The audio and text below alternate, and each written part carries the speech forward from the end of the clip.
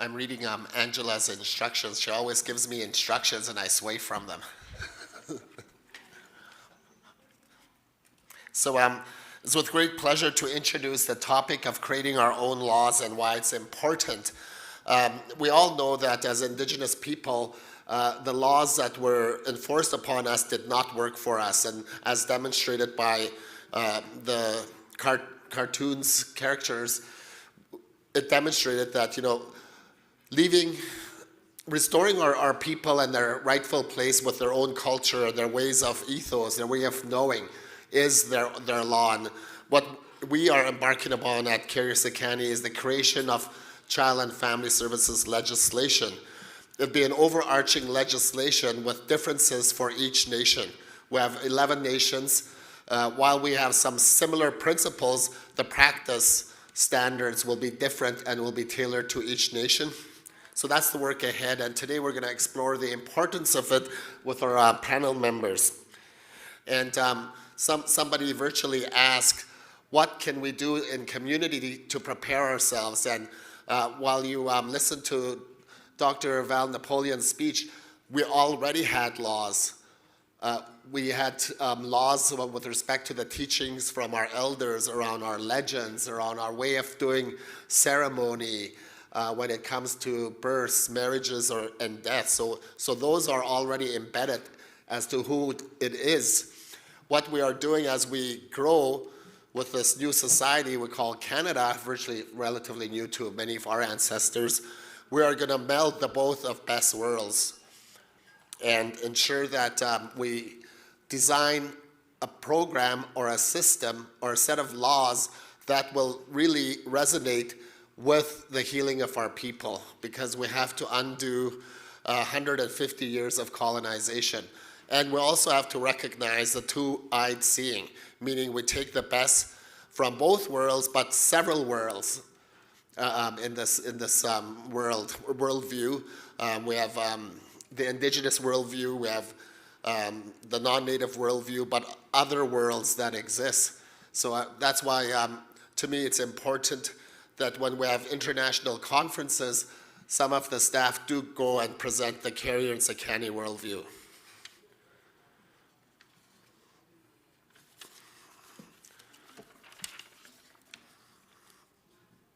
So I'm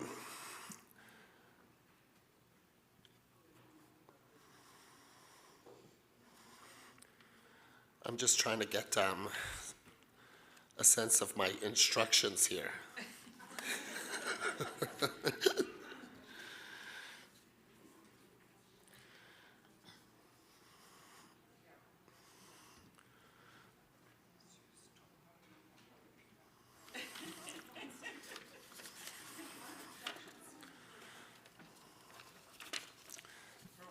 Okay, exactly. I was thinking about Jason when he was up here with all the women here. He's the only guy within the child welfare department, so no wonder he gets flustered sometimes.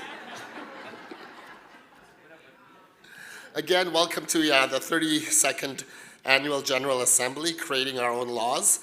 I am honored to facilitate this important conversation with all our respected panelists. First, I will introduce them to you, and we'll hear from them on various topics related to jurisdiction and legislation, and we will have some time for a question and answer period. As Mary Teegee always reminds us, what does jurisdiction mean? Jurisdiction means having the authority and power over something, land, resources, community well-being, including families and children. In reference to our work, we are working to create our own laws to reclaim jurisdiction over our children and families. Important to note that when we first started 32 years ago, that we accepted the provincial child welfare legislation as an interim authority. And the only reason why we did that was because it was tied to money. And at that time, it was in relation to that funding regime. Directive 20-1, of which BC was not eligible to enter into 20-1 agreements. It's a federal policy that would provide funding to agencies.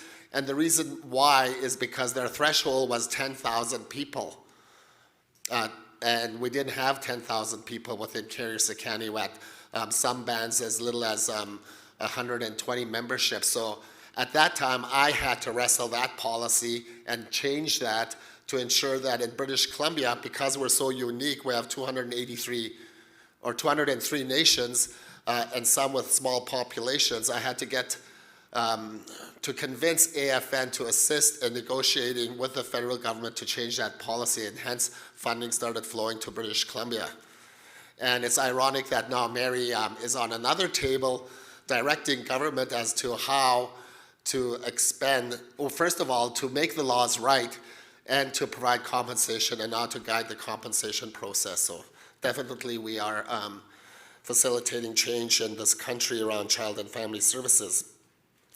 So the panelists were going to cover why the current system isn't working, why it's vital for Indigenous communities to live by their own laws, the work being done to achieve these goals, how this will impact families and communities. So that's the objective of the panel, and we will again have time for questions. So I will introduce the panelists now. Karen Ogen-Teows, no stranger to us, is the CEO of the First Nations Liquid Natural Gas Alliance, a society of First Nations in support of responsible LNG development in BC, with a priority on the environment and on First Nations consultation and engagement. She served as an elected chief of the Wet'suwet'en First Nations for 6 years. Later, she became a council member of the nation, holding the natural resource, energy, and economic development portfolios. And earlier on in Karen's career, she was a social worker. So she was part of the team that established the prevention services. So, but she has gained a lot of experience over time, and I asked her to give us some insights as to where it was and where it has been. Professor Val Napoleon, one of our keynote speakers you've heard. But by way of brief introduction, Professor Napoleon is Cree from Saulteaux First Nation and adopted member of the Ogen-Teows. She is acting Dean of the Faculty of Law, University of Victoria, and Law Foundation Chair of Indigenous Justice and Governance. And her presentation provided a real good picture of what law is in terms of indigeneity. Mary Teegee, everybody knows who Mary Teegee is of Gitxsan and Carrier ancestry from the Takla Lake Nation, a proud member of the Lakchabu clan. She is currently the Executive Director of the Child and Family Services Program at Carrier-Secani Family Services. Marilyn Vickers. Marilyn was also a previous board of director at CSFS and has been a proud supporter and advisor to some of the developments at Carrier-Secani throughout her career. Marilyn is from the Saik'uz First Nation, as in a member of the Grouse clan. Over half of Marilyn's life have been dedicated to working with children and families. She worked for Saik'uz Nations for 32 years as a childcare worker and other positions. After she retired, she was hired back a couple years later as a band designate, what she still does today. Marilyn has been a member of the Saik'uz Child Welfare Committee since 1985 and served for 4 years as a band representative, going to court and advocating for child welfare cases related to her community. So I just want to remind our virtual viewers, if you have questions, please feel free to beam them our way. So Karen, why is the current child and family services system administered by government not working? That's her question. Can you hear me? Well, I've drafted some notes for this. Saik'uz guys at Masai to the Clickly people for allowing us to conduct our business on their unceded territories. Prior to my current work, I practiced, as Warner mentioned, as a social worker for approximately 23 years.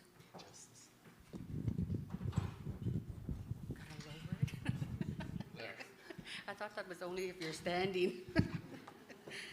You had to lower the mic for me. I practiced social work for approximately 23 years within my home community of Wet'suwet'en First Nation and 16 years with CSFS and with other urban organizations here in Prince George. The history of our people plays a huge role on the events of today. The most oppressive piece of legislation, the Indian Act, was not meant to empower our people. It was enacted to continue to further oppress our people.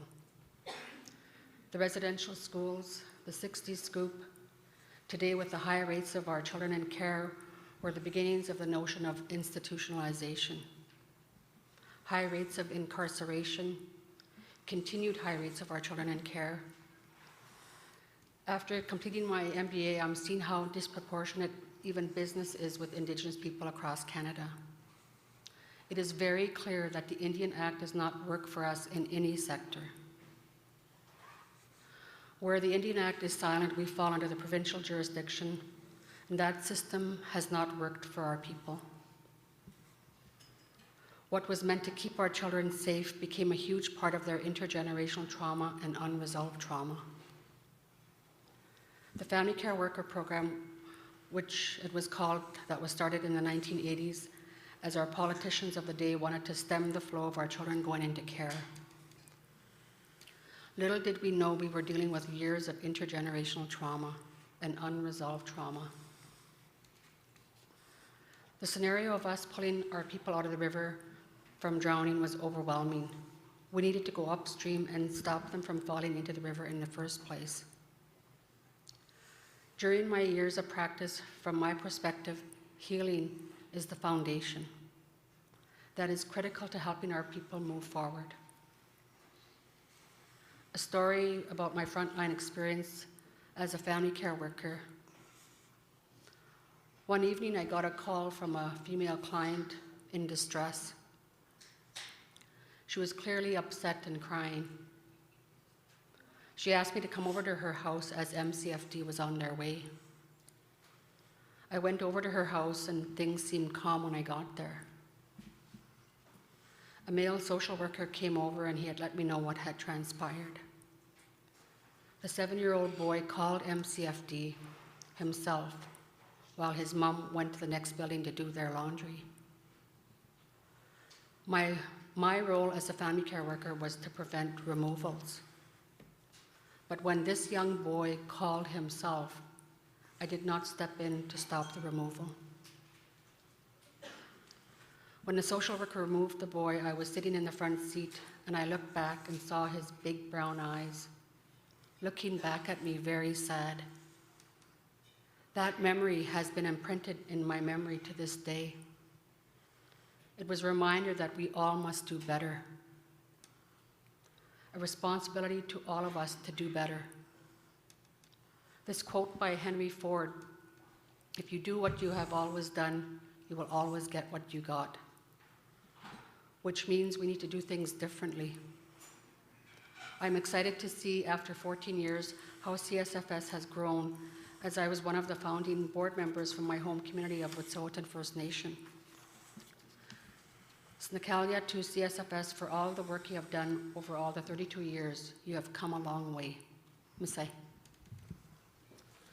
Thank you, Karen. So your message is healing is a foundation to reclaiming our indigeneity and community. Thank you. So to Professor Val Napoleon, why is it vital for Indigenous communities to live by their own laws? I know you provided some of the foundations of Indigenous law this morning, but why is it so important to reclaim them? And I'm so glad to be asked this question.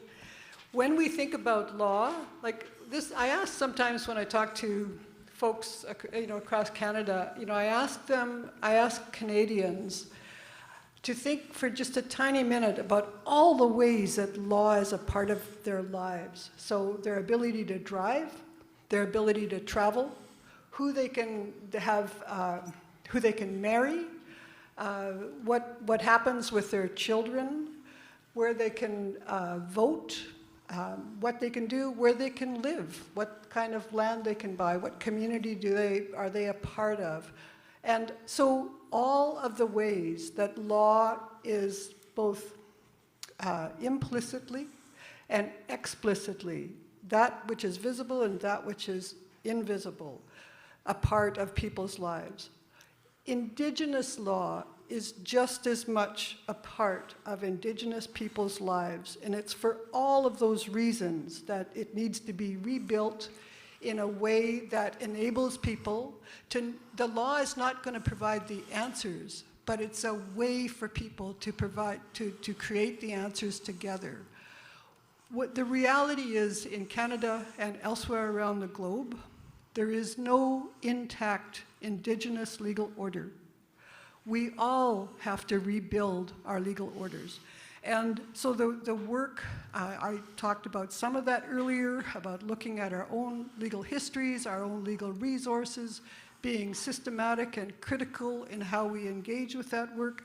Like that is taking up the space or the jurisdiction for law over ourselves and our families and our communities. So, you know, when we think about that work of law, you know, what is it going to enable us to do in this space of jurisdiction? It's going to enable us to agree on what the law is. It's going to enable us to agree on when the law has to change. And it's going to enable us to agree on when the law has been broken. And if it's a legitimate process, then we will uphold it, even if we don't get our own way. Which brings us to the next question, and these are questions that I always ask people at the community level. What makes law law? I mean, I ask law students this too. Like, what is it that makes law legal? And that's an important conversation for all of us to have, because in that conversation, we talk about the measures of law. What should those measures of law be, those legalities? It should be inclusion, it should be fairness, it should be making sure that we have all the information, like many of the Indigenous stories we work with have investigation as part of how it works. So we can set out all the requirements for law to be law. And those are the legitimacies. Those are what are going to enable us to uphold it and to maintain it. And it's constantly engaging with those questions that means that we fulfill that jurisdiction and we maintain it. There's no arrival with this work. There's always more, you know, the next generation is going to have different problems, as I said earlier. There's going to be different complexities that have to be worked with. And so we're constantly having to engage with the thinking. And the stories and the legal resources that, you know, our previous generations have passed down to us, those are tools for thinking. They're tools to look at things differently. They're not just bunches of rules or anything like that. So we have to make sure we don't look at them simplistically. So, you know, with regard to expectations, you know, I've been teaching law for a long time. I teach common law, I teach property law, and so on. And one of the things that I see is that, you know, Canadians don't know all of their law. If you go to any Canadian household and you say, tell me Canadian law, very few people will be able to enter into that conversation with you. But there's this expectation that Indigenous peoples, as Indigenous peoples, we have to know all of our law, every aspect of it. We're learning, we're teaching, we're engaged with all the different ways of making that law real in the world so that we can think with it and work with it and so on. And so I think we have to cut ourselves some slack, you know? Like, we don't know all of it. We're learning, we're rebuilding because colonization has, you know, trashed lots of the riches we had as people, which enabled us to govern ourselves, which enabled us to manage ourselves. We're rebuilding that. And once it's rebuilt, once we rebuild, as you are doing, all the parts of your law, then you have a different conversation with Canada. It's not one where Indigenous, where you, Carrier, Sakani people, and all the communities are going to be looked at in a deficit. It changes the nature of the conversation. And that's why it's so important that people take up the homework of learning, relearning, rebuilding, challenging, thinking about all the aspects of who we are as lawful legal beings. That's the legacy of your ancestors, and that's what you're going to take forward. I look forward to your questions. Excellent. And that reminds me of our potlatch system where it was our governing structure with 4 different clans, and each of those clans had their own systems as well as to who the spokespersons were, who the community night watchers were, the enforcers. And we've had that structure, and we still know the principles, so we use the principles to recreate the laws that were taught to us by our ancestors. So, and you're right, sometimes we get overwhelmed by the Canadian laws, but it's, and some of it we think we know, but there's several different facets to it. And whereas our laws is open, transparent, and it's practiced usually right in the feast hall. And I think through over time, some of those responsibilities and roles have eroded, but I think it's time that we breathe life into it. So thank you for that message. And that's legitimizing our own laws. How do we legitimize it? How do we ensure that there is inclusiveness, there's fairness, there's knowledge and knowledge transfer, and living by the laws. So it's a huge responsibility that we're taking over for children, because some of our children do fall through the cracks, and there are going to be hard decisions made that is probably against the parents, because the parents need healing as well. So putting it in a context of family and child services. So Mary Teegee, tell us about the work being done to achieve these goals. Not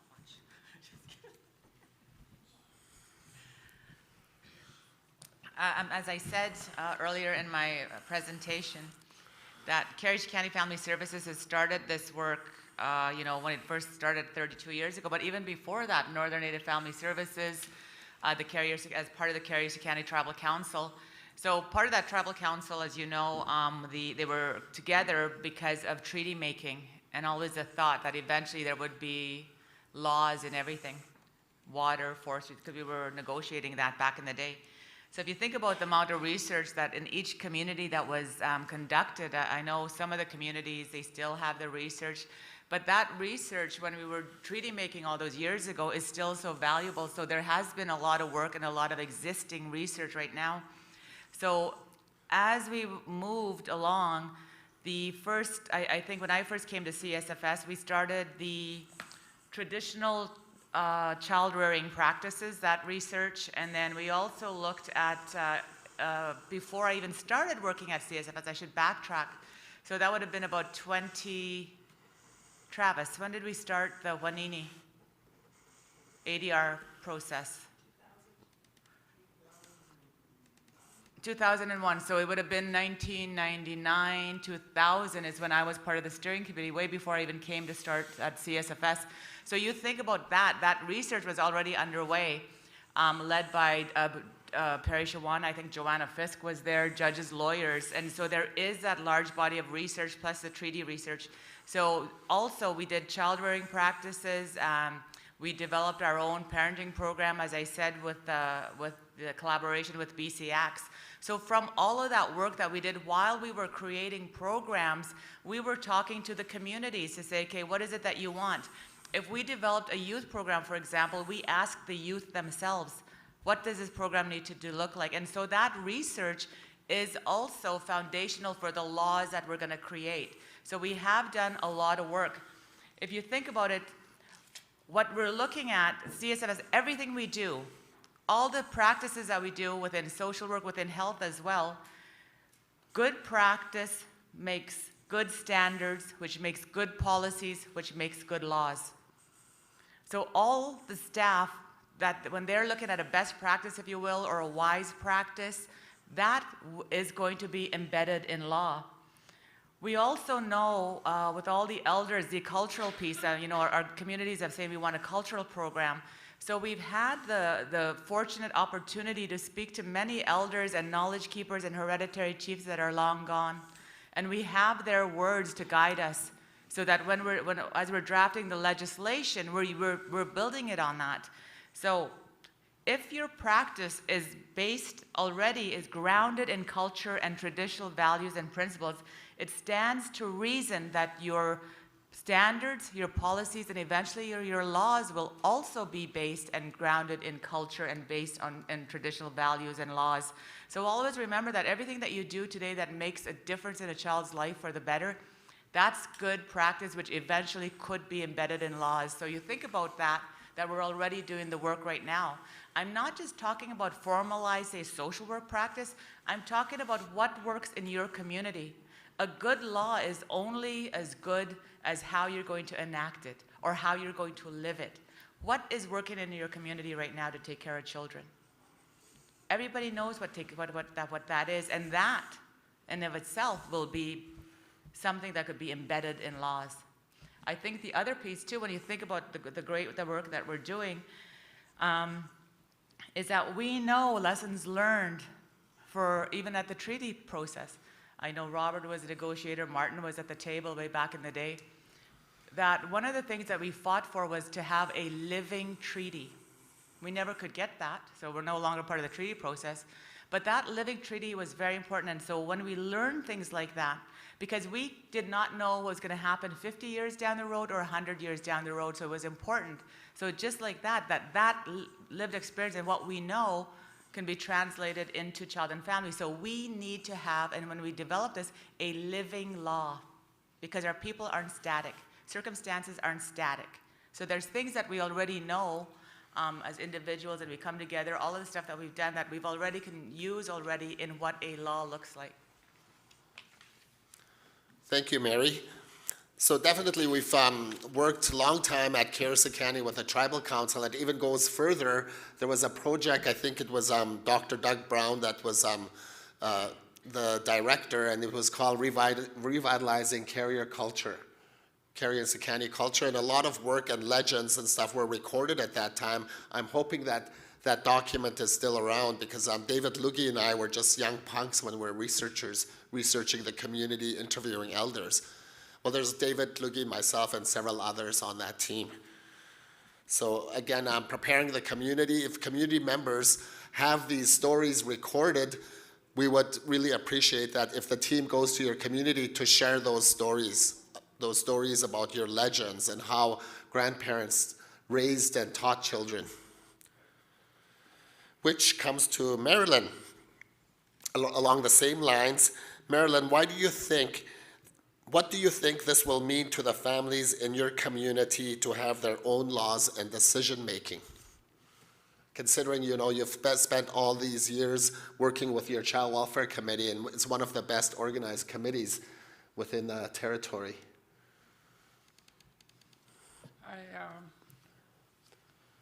We just had a session here a few days ago, and it was on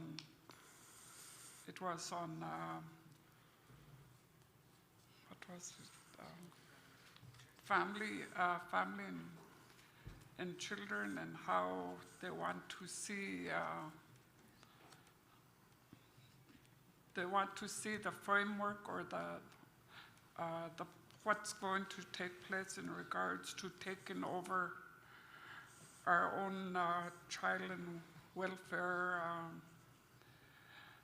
laws and the way we look after children. I go back to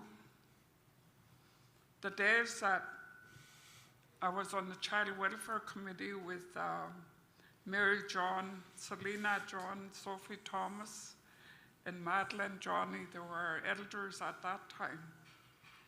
And they sat on that committee, and they had a final say on the way they were going to handle the cases that were coming to the Child Welfare Committee. And that work was started by Mabel Louie and Minnie Thomas, because the stats were going up in Saik'uz, that children were being taken away at an alarming rate, and they were leaving the community, going into non-native homes.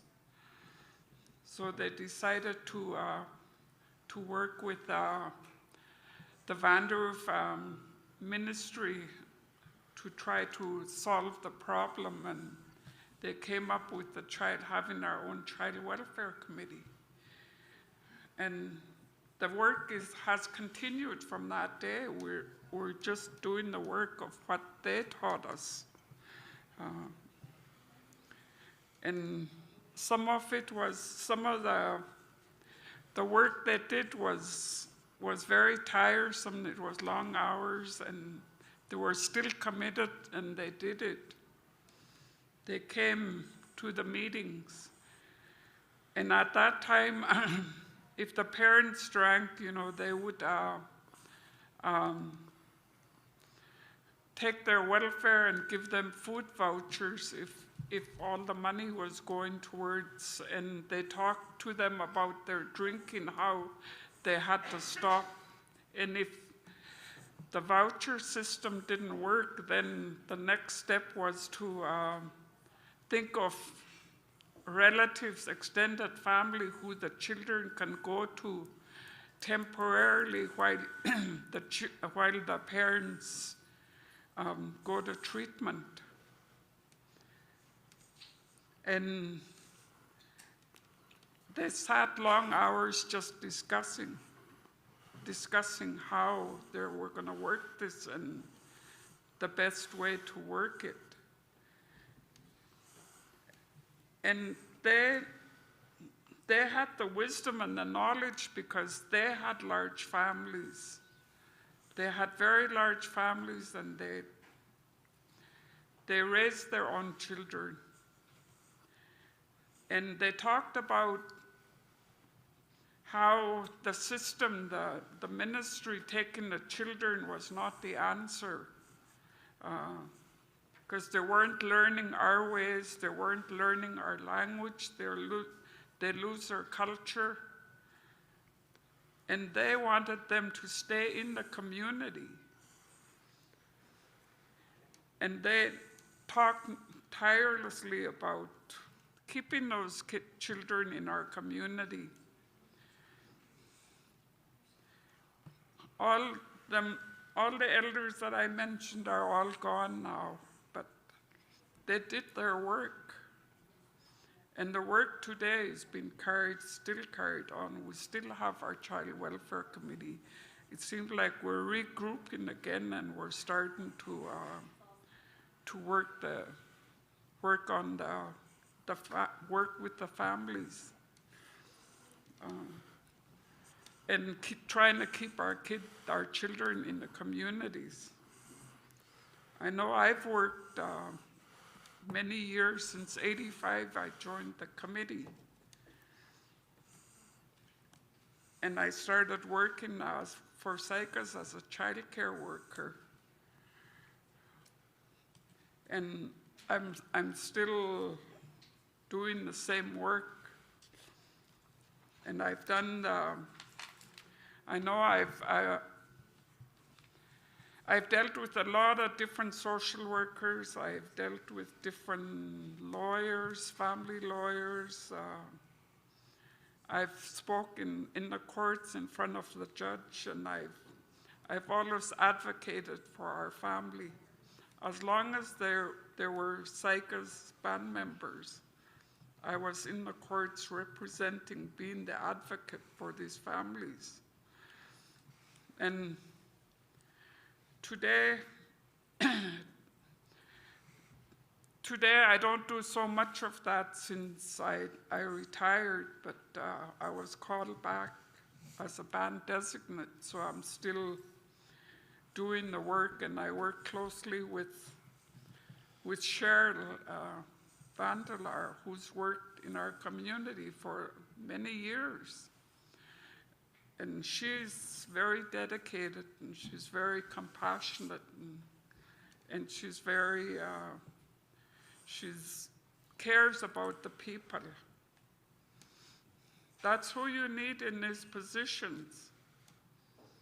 And you need to have, like, what the community wants is a day when they could have the courts on the reserve. that jurisdiction to fall, that they have, in the community, have a place to have court where they can talk with the judges freely and not having to be afraid or not understand exactly what's going on, because now they don't know what is happening when they go to the courts.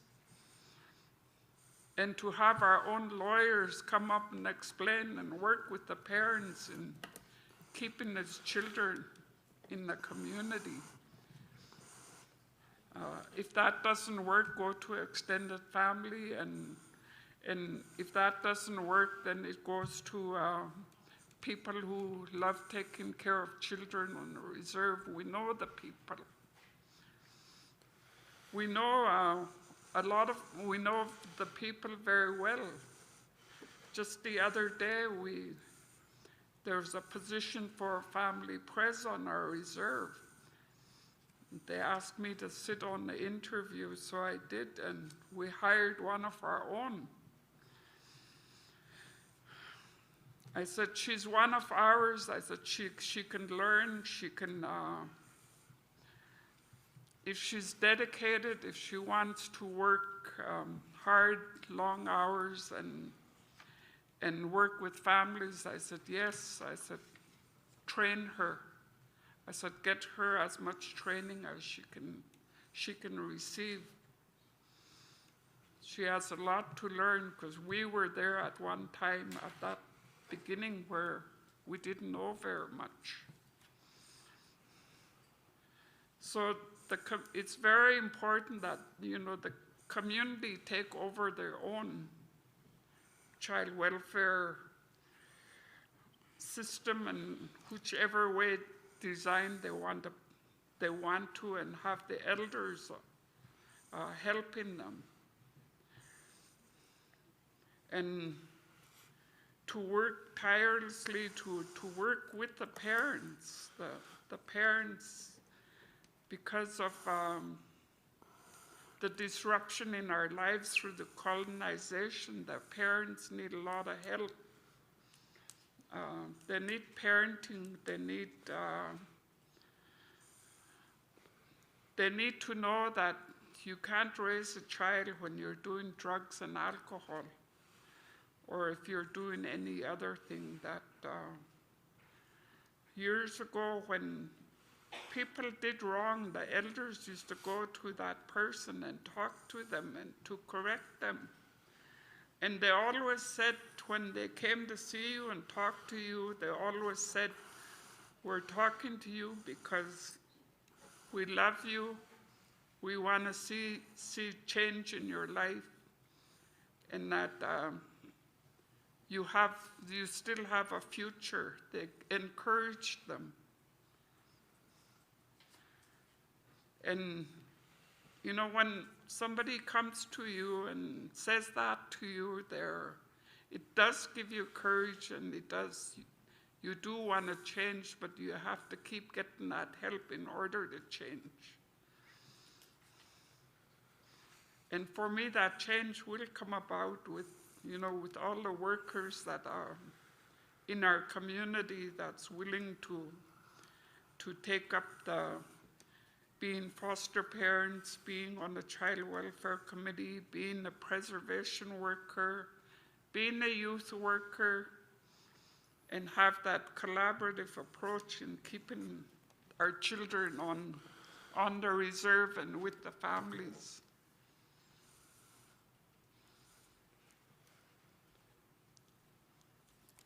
Thank you, Marilyn. Definitely a wealth of information.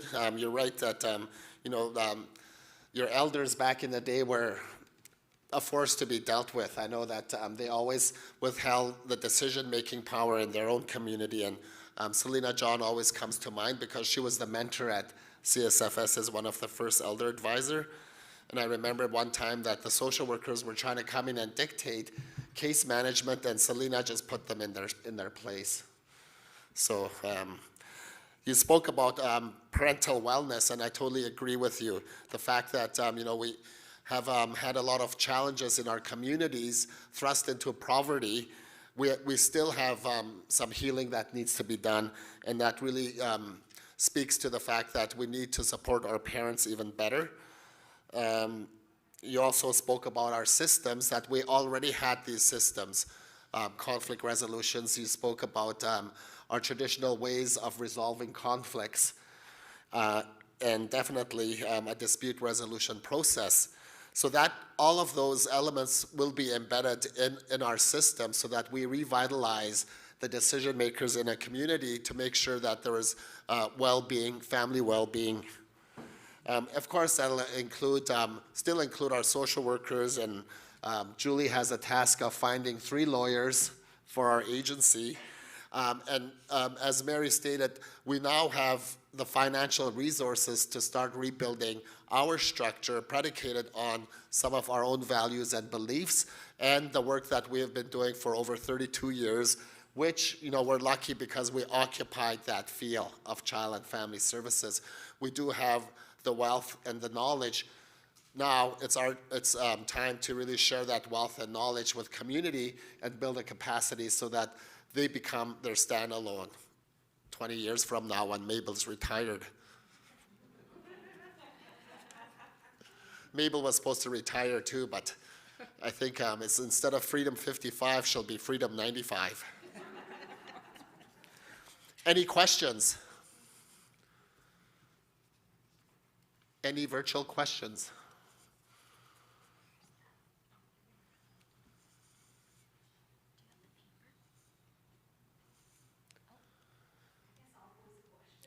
Of course, Sandra Isaac.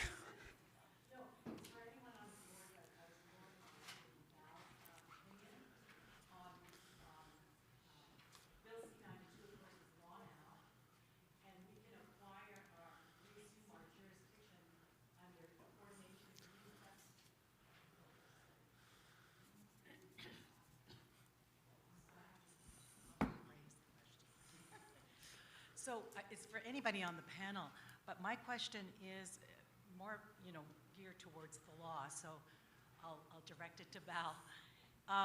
With the C92, which is not a law, we can enter into coordination agreements under, 20 or 22.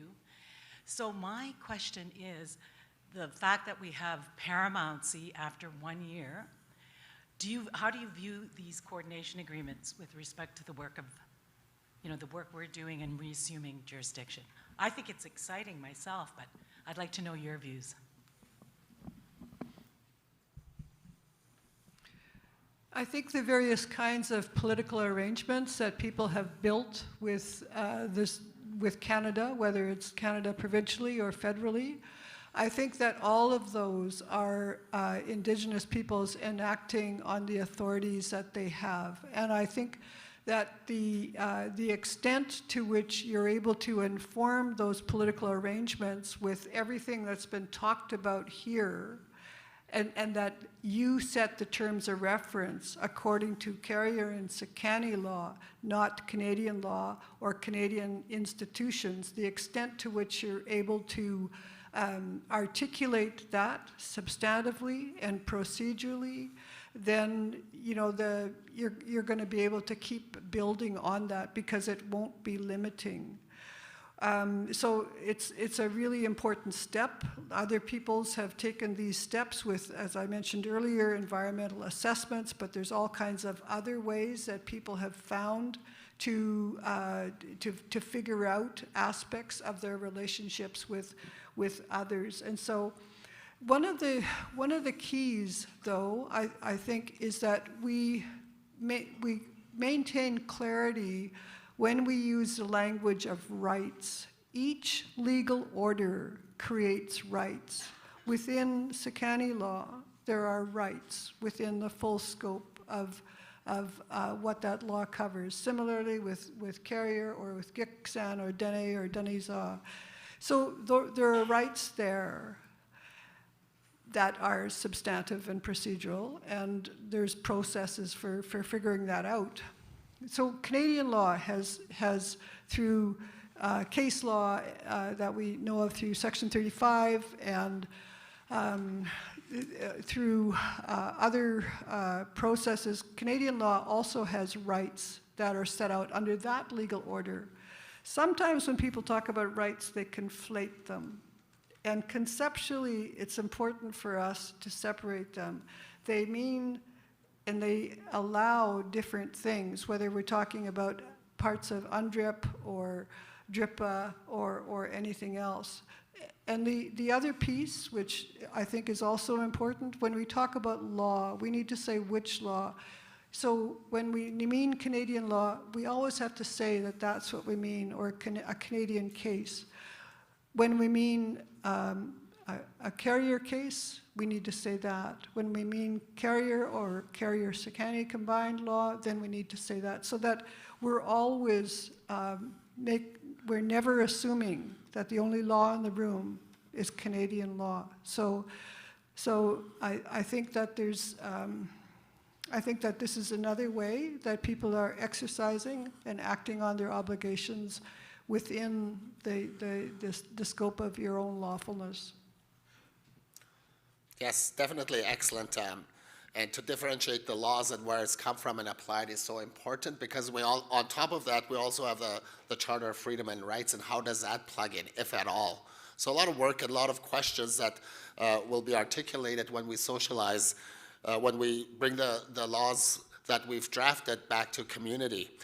And I think one of the bigger issues for me with the current system is that the social workers, while doing their best intentions, do not understand community. And going back to Marilyn's point is that we know who the community members are. We know where the challenges are. And we are the only ones that could really help elevate those situations to bring them back to a positive environment. And that's what we were taught by our elders, is that because we love you, that's why we're coming here to really help you, to help yourself. One of the other biggest element is the conflict of laws. Many of the children go into care, usually a short-term care. They call this one process short-term care, where children need immediate assistance and they're taken out of their homes because of an immediate situation, and they get into the system, and because the courts are so backed up, all the cases get funneled. And those children that are in short-term care become long-term care. They're supposed to be how many months in care? Where's my social workers? In short-term, I think it's 3 months. 3 months in care is short-term, and then it becomes long-term. That 3 months becomes 3 years, and the kids get stuck in there. So it's really important that we build our own kind of court system whereby the elders can adjudicate these cases instead of a judge. We could create our own dispute resolution in the communities to decide on the best interest of the child and the community and the family, rather than relying on the courts, because we don't need them. We could self-regulate ourselves as well in community, and we need to build those self-regulation blocks, the rules that we talked about. What rules are we going to abide by? Who's going to enforce them? And how do we ensure that these children remain sacred in a good environment? Marilyn? Marilyn, Teegee? What's our time like? 9 minutes? Okay.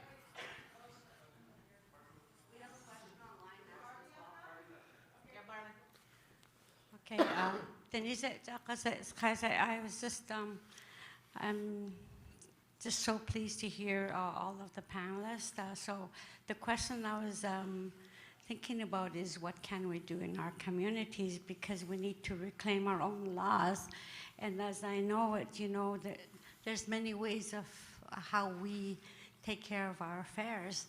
So because every community is so unique, I think it'll be, in my mind, it's a big dream here that we can collectively in our own communities bring forward what was our loss, and then have it taught to our children every day. You know, as we're getting older, I am.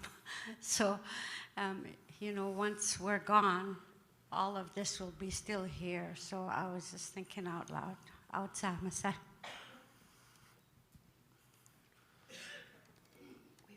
We have a question here from Corey John online, and he says, how do we, as many nations, come together and bring our children back home from care safely? Mary or Karen? How do we bring our children back to the community safely And from MCFD system and collectively. and collectively? And the second part to his question was, and to make sure the parents are healthy enough to have those children return to the community and celebrate them as parents also for having their children home. There's a lot there. So there's things that we're doing right now, like now that we have prevention funding, you know, we have the roots workers or the ones that are actually looking at families. The thing I always say is that we all have responsibilities, not only as Carriage County Family Services, we have a responsibility. We're created from you, from the community. We come from the elders, we come from a vision and a dream, and we belong. Carriage County belongs to me, it belongs to you. It's our entity. We have responsibilities. But there's also the responsibility of the clan and the community. And what we need to do as CSFS is how do we empower, how do we provide the supports and the services and the capacity building so that nations can take back their children. We can do the work, but it has to be collaborative and it's got to be together. Now, we're all related somehow. We're all interrelated and we're all the same people. We all have red blood. So if a child, say there isn't a home in community where the parents aren't doing well, but there's another community where a family is willing to take that child, there is in our law like the priority of placement. So if at the time that family cannot take the child and then the community couldn't take the child, well then you look outside the nation and look to a neighboring nation, for example, or the father clan. We have responsibilities. So these are the things that we're working through and that we're looking and we're collecting those wise practices. How does that look? So when we do bring our children home, for example, we know that oftentimes when children go into care, the parents have to go out, say they have to go to drug and alcohol. This is kind of a regular system that MCF does. Go to drug and alcohol, take parenting program, do X, Y, and Z, have this long list of stuff. Once they've done all that, then they give the children back. Now, when the children go back, there isn't the protection, or not the protection, but there isn't the prevention or the supports for that family, so they've left them in the same situation as when the child has been removed. We now have the ability at CSFS to provide wraparound supports for that family and for those parents. So there are mechanisms now how when we do take the kids back that we can do it in a loving way. Thank you, Mary. I think as well as building the facilities in our community, like our treatment center, the Foundry Center in Burns Lake, the all clan houses. So all of that, the stars are aligning for us, and it's quite exciting. And I must thank, although he was forced, the Trudeau government. I'm not a Liberal, I'm not an MDP, I'm not a Conservative, so I vote whoever I like during the election times. Whoever looks good. I'm a swing voter. So definitely we've worked hard to build the infrastructure to create that space in our communities. And Barbie, as Carrier and Sekani people, we have common principles or common law as nations. For example, respect, love, wisdom, knowledge transfer and all that are basic principles we all share, and we develop our laws based on that, and then our practices underneath that may be different and tailored to each community. That's how I look at it. Hatsana. Marilyn? Yeah, I just thought of this, but it's kind of a morbid question, like a worst case scenario. Heaven forbid, but what if an individual feels their human right has been violated or infringed upon under this law and not resolved? So if it doesn't get resolved here, does this go to the Human Rights Tribunal, or how does this work with the rest of Canada's infrastructure? That's an excellent question. It's basically the potential conflict of laws. Which laws apply? I'm going to defer to Val. Val can go first, Mary. Okay, yeah. I think probably Mary will add more specificity from the perspective of Carrier Secani Family Services. But I think that within our own legal orders, we had human rights. We had concepts of dignity and other ways that we treat one another that form our relationships. So, you know, doing the work of, you know, articulating that as you're already doing, that's an important piece of thinking about what human rights exist and how people are experiencing them as part of their lives. We also had ways of managing those rights when they were in conflict historically. So and there are differences between how they're structured in Canada and how they were structured, say, within Gitxsan society and how they were acted on. So looking at that and seeing what's useful and what might be drawn on today is part of the work. Insofar as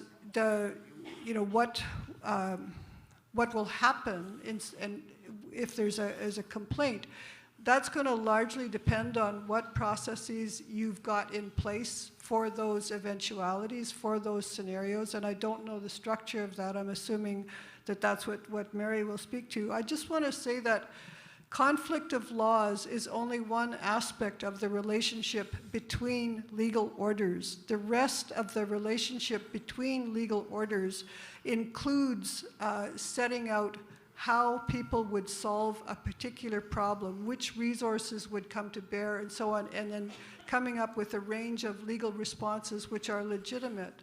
So, and then using that in its fullness as opposed to just looking at authority to authority. So it's a way, again, of pushing back those narrow boxes that determine how legal orders and laws within those legal orders relate. There are strategies that can be taken upon to do that.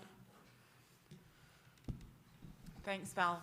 There's also, like within C92, it does talk about the Charter of Rights and Freedoms in C92 and the federal enabling legislation. One of the things, definitely looking at really good laws, there's always a good alternative dispute resolution mechanism. And so if you think about, as I talked about earlier, Juanini as alternative dispute resolution model all those years ago, like almost 20 odd years ago when we started that, was really to prepare us for this day, that there was a good alternative dispute resolution mechanism. So if there was that issue around where somebody's human rights. Now, the million-dollar question is, whether or not the Charter of Rights and Freedoms could be superseded by our own laws. And right now, because it is federal enabling legislation, you have to think of it in a continuum of achieving nation sovereignty. We had the delegated model. We now are going to have federal enabling legislation, and one day we'll have true sovereignty. But the rights piece is very important. So when you look at the law that we are now drafting, it is a rights-based type framework. First and foremost, we have the best interest, or the rights, not necessarily the best interest of the child, which has sort of become almost trite and meaningless and actually kind of negative in some ways, given how the MCFD or the system has really bastardized the best interest of the child and used it as a weapon. So we have within our laws, actually it's the rights of the child, it comes from the rights of the child, so looking at it in that way. And so right now within federal enabling legislation, it does sound like the Canadian Charter of Rights and Freedom still would apply. Yes, definitely it's going to be an intriguing debate, and more debates will come out with respect to the different laws and the conflict of laws, especially the human rights laws, the Charter of Rights and Freedoms, because many people enjoy that. And how do we ensure that we either embed that or that is complementary law? So I have Chief Martin and Wilf. I have Martin first. They had their hands up, and then I'll get back to you. Crystal, thanks.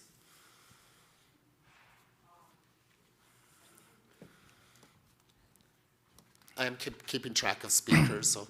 Hello. It's good to hear about jurisdiction of our people, but I did quite a bit of research on the effectiveness of our BATLATs or our laws. And a lot of what we talk about as laws, it's lies within our language. And we're sitting here having this discussion about jurisdiction. And the research I've done on our own people about jurisdiction or batlats is that today, probably 5% of our people knows about this. And the other 95% of them have this white man up here in their head. They went to school to learn how to survive in the new world. And the jurisdiction that you're talking about is a legal content from the province in Canada. And our jurisdiction, or our process of law, lies within this thing. When my grandpa talked about it, it's in your mind, something that comes to you in your mind. And his explanation of this law actually comes from the earth. And he referred to the law as sort of a tree or branches in a tree. That's how he explained it to me. He said, everything that Mother Earth gives you, you grow. And every one of the branches in there is a different clans, different families, and different people. And this thing, this thought that comes to you,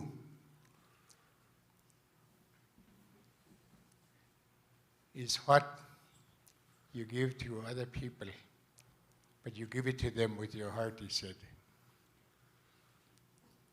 And that's where the formation of our batlats started, was out of respect for one another, for the environment, for the animals, for the fish, for the birds, and even the air. So I understand totally what he's talking about,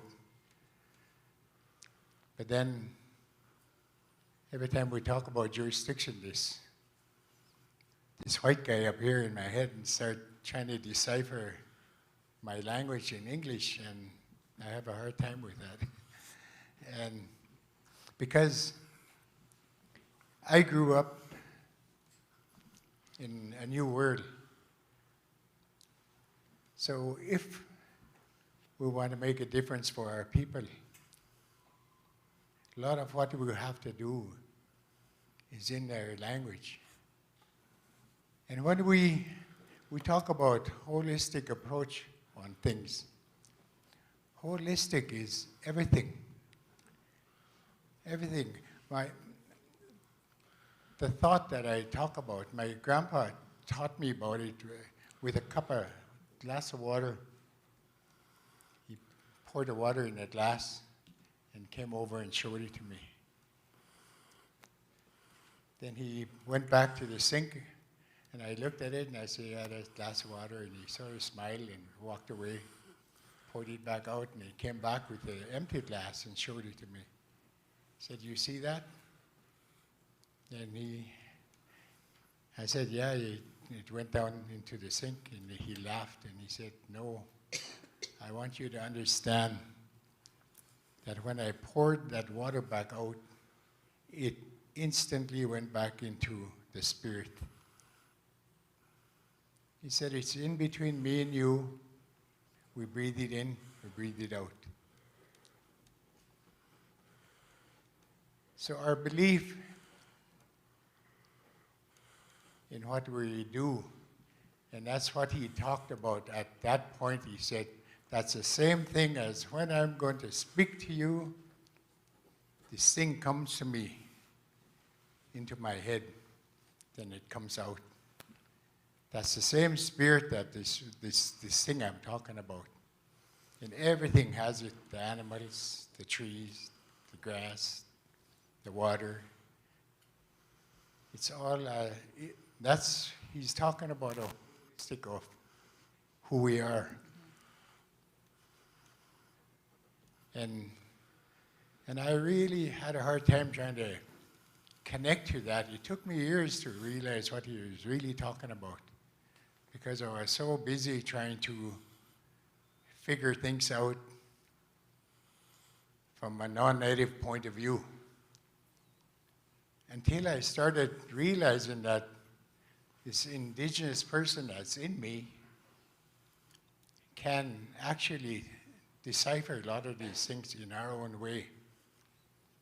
That makes, not makes us better, but makes us, put us in a spot where we can be able to do things for ourselves without anybody interruption from any other jurisdiction. It's what we have as people. Everything we have as people. And how our grandparents taught us. And today, I actually believe, I believe. Because another thing I was taught in my life was actually my mom. My mom said, "You're a chief. I don't mind you being a chief, but I don't like it when you sign papers." So every time you sign something, you sign things away from us. You take it away from us without even asking us. You figure it might be good because of the money. You figure it might be good for the community and everything like that. But you're signing it away from these people that are asking you to sign this. They're not your friends. They never were your friends. They just wanted what we have.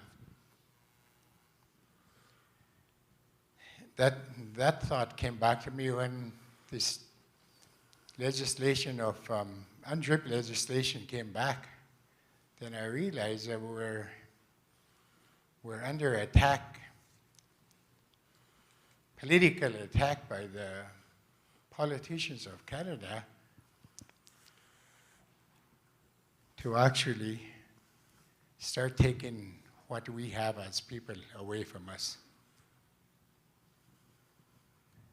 I don't know if I make a lot of sense to a lot of people over here, but we are going down the right way, but it has to come more from who we are. And we have to start teaching our people at home. You look at a lot of the conflicts we have, even within our own system of governance. We have a lot of conflicts. But as chief, like I'm a chief, I should stand up and start talking about these things, but the separation of our people became more and more, I guess because of different finance that's been given to these guys, those guys and everything, that we started separating ourselves on account of that. Like when conflicts happen, whether it's the Gitsan, the Wet'suwet'ens, the carriers, we're supposed to fix it ourselves. We cannot bring it to any court in Canada. Hopefully they'll do it for us. It's not going to happen. It's us. We're the ones that need to fix everything that's a problem to us. And you guys are doing a good job. I commend you for that. That's just a part of who we are. Mm-hmm. There's the economic part, there's the social part, there's a whole bunch of other parts that we have to fix. But I'll tell you one thing, we're not going to go away. I know that. That's right. Thank you. I can speak to that. Yeah, I'll speak to it. No, you're certainly on the right track, Chief Martin. Sometimes, I call that we need to look at our internal reconciliation process and reunite our people and our families as one. because over time that responsibility has eroded. And because of contemporary things, conflict of laws, we forget our traditions and we bury the stories that have been told, the legends from our ancestors, from our grandparents. We were oral people and those were all transferred to us when we were younger children. And I can see that void, and we need to really patch that void again to make sure that we close it with the knowledge and the wisdom that we know, because we are not going to go away and we are not lost. We're regaining that road of self-governance, of self-discovery, but we need to decolonize ourselves, as I just stated. But it starts at the community level when we reconcile with ourselves within community. So we're asking Canada to reconcile with Indigenous people, but you are right, we need to start at home. The fact that, wholeness means everything, not only the mind, the spirit, the soul, the heart, but also the air, the water, the land that really feeds us and defines who it is that we are, because we'll always go back to the land. Mary always reminds the teaching of her mother that salmon, they go around the world in a 4-year cycle, but they come home to die. So do we as Indigenous people in our own territories. So Wilf and then Crystal, and then my timers are getting, and Mabel, you're the last speaker because you're a dinosaur. Martin, can I just add before, just so that we have this recorded somewhere? And Martin, what you're saying is exactly, that is so difficult to do within the constructs of white man law. How is what you said, that's what we'd have to do. The spirit of the law, the spirit of the Carriers County people has to be embedded in the law. And the way we do that are those principles and values coming from the stories that we heard, from those voices that we will no longer hear, but it'll come through in the law. We know it's not going to be perfect. It's federal enabling legislation. It's enabling, it's not the full suite of things. And I'll just remind you, what you're saying is, when we were negotiating the treaty, and one of the principles, remember, that I wanted in there, I said, without a doubt, it needs to be in there. It was sacred interconnectedness. It took them 6 months for Justice to come back from Canada and say, absolutely not, we will not have that principle. Once that principle wasn't there, I said, we're done. That's what we need to do. How do we get holistic, that sacred interconnectedness, our connection for our children and families, the spirit of the law in this? And we're going to need people like you to make sure that we're doing it right. And you said, that, anytime we sign papers, they're taking things from us. This law is going to give back what was always ours, which has always been there, and that's our inherent right to take care of our children. So just to give you some assurances, we learn from you. Yeah, exactly. And the elders always, I grew up with them saying, be careful how you negotiate with government. And I always keep that in the back of my mind. Wilf? Crystal and Mabel. The law is always intriguing to me. I've spent many years at the negotiating table or watching First Nations deal with the federal government and provincial governments. And it always comes down to the supremacy of laws. That's where the tricky part is. I just had to run a few things by Professor Cornell. And in the United States, it's the Supreme Court of the United States and the Supreme Court, the Congress, have the supremacy of laws. And Canada, I suspect the same thing. If we make a law within our own jurisdiction, and if we get challenged by our constituents, where do they go? They will go to the federal Supreme Court of Canada. Now that's where, who has the last say in any decision that we make? Is our Bathat's law the final word? And if it does go to the Supreme Court, those people that sit at Supreme Court chairs. They don't know our system, but they will decide.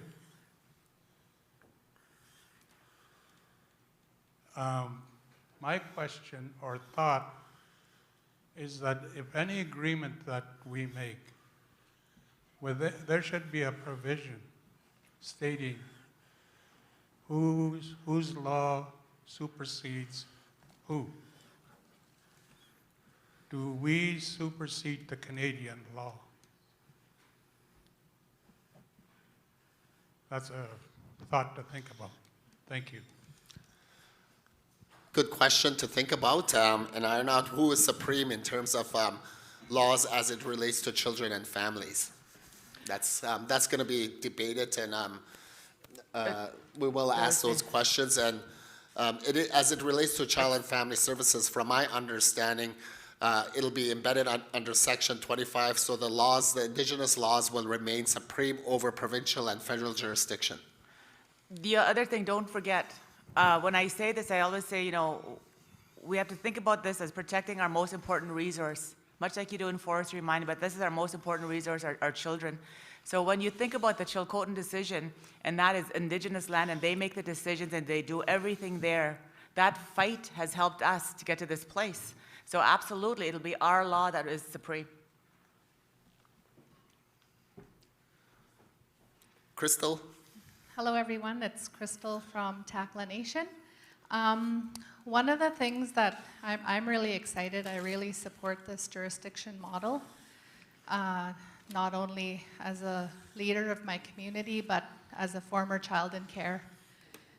One of the big things and the huge gaps in service is the people of the 60s scoop. MCFD has failed our people. So all of these parents and these grandparents and great-grandparents are either suffering from addictions or they're homeless on the street. And we know that the health services is not supporting these people, and we know that prevention and support services is only serving people up to age 29, under age of majority and child in care. So what can we do under this jurisdictional law to take care of those parents and grandparents, because they are still harming or hurting our children? So how can we put funds together to bring healing initiatives? I know that the stars are aligning, but we also recognize that Tatchik Lake is going to fill up fast, and it's going to be another wait list. So how can we serve that population? That's a huge gap in service. Thank you. Very good question, because I think the compensation is, has omitted the 60s scoop, that generation, and there are some residual impacts with respect to the health and well-being. The healing center is one aspect, but hopefully it becomes the hub to create and align other land-based healing. For example, in Notley, we've built the infrastructure using that land. Notley can use that for aftercare. Takla, I believe that you're also looking at developing a camp. So building that infrastructure is going to help us to advance the healing processes in our communities.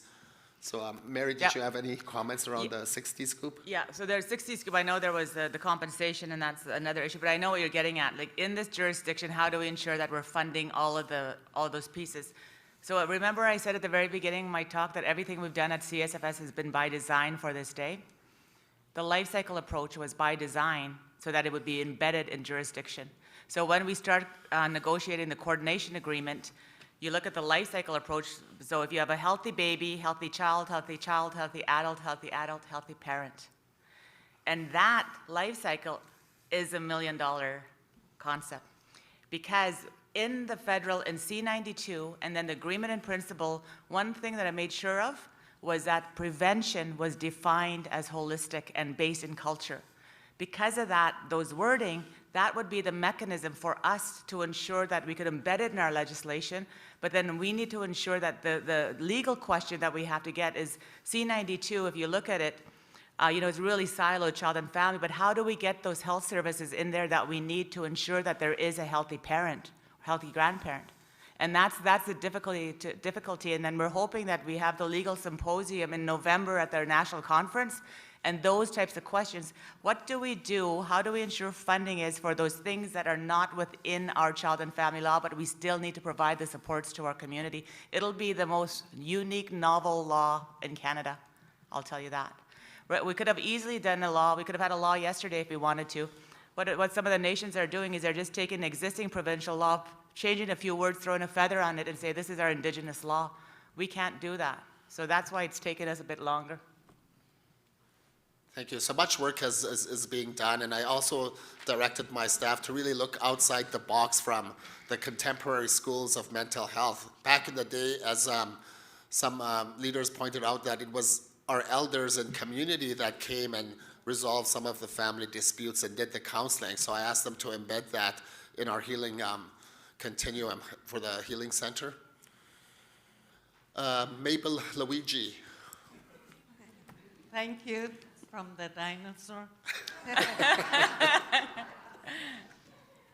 I just wanted to thank the panelists and the moderator for your insight today and your continued work in child and family service and health, etc. And I just wanted to recognize one of your panelists, Karen Ogen-Teows. She convocated with her MBA on October 7th, I think. So she joins the ranks of Mary and Warner in their MBA, and I think that's really great. Karen used to work with CSFS a long time ago, helping our children and families, and we thank her for that. And then today she has her MBA, so it's really great, and great to see that CSFS encourages capacity building within our communities and higher education. So thank you. Congratulations, Karen, and welcome to the brotherhood or sisterhood of MBAs. Jason too. And Jason was also one of our cohorts. Yeah, I'm proud about the capacity at our agency. We have a wealth of knowledge and experience. That's why we're able to do what we're able to do today and moving forward. And it was by design back in the day when I was 12. So again, thank you very much to the panelists.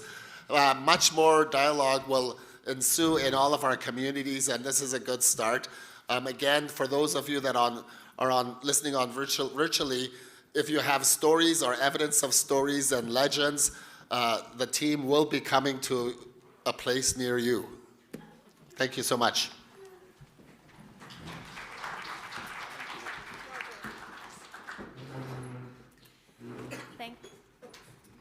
Hello? Okay. Thank you to our panel and thank you to our guests.